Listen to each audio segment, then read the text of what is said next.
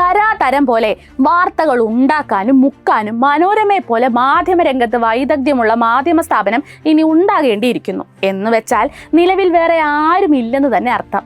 തിരഞ്ഞെടുപ്പുകൾ അടുത്താൽ മുഖ്യമന്ത്രിക്കെതിരെയും CPM-നെതിരെയും കുറിച്ച് വായു വാർത്തകൾ അത് മനോരമയ്ക്ക് നിർബന്ധം. മനോരമയുടെ ഈ ഗ്യാസ് ട്രബിൾ അതുണ്ടായ കാലഘട്ടം മുതലേ ഉള്ളതാണ്. ഈ മാസം 11-ാം തീയതിയാണ് വീണ്ടും മനോരമയ്ക്ക് അസുഖം തുടങ്ങിയത്.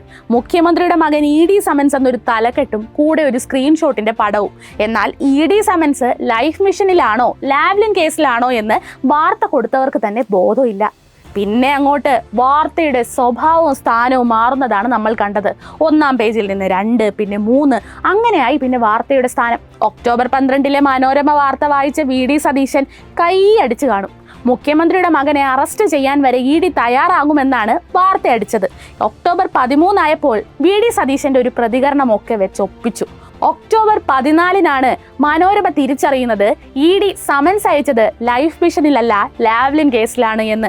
15-ാം തീയതി അന്വേഷണ ഉദ്യോഗസ്ഥനെ മാറ്റിയെന്നായിരുന്നു പത്രത്തിന്റെ കണ്ടെത്തൽ.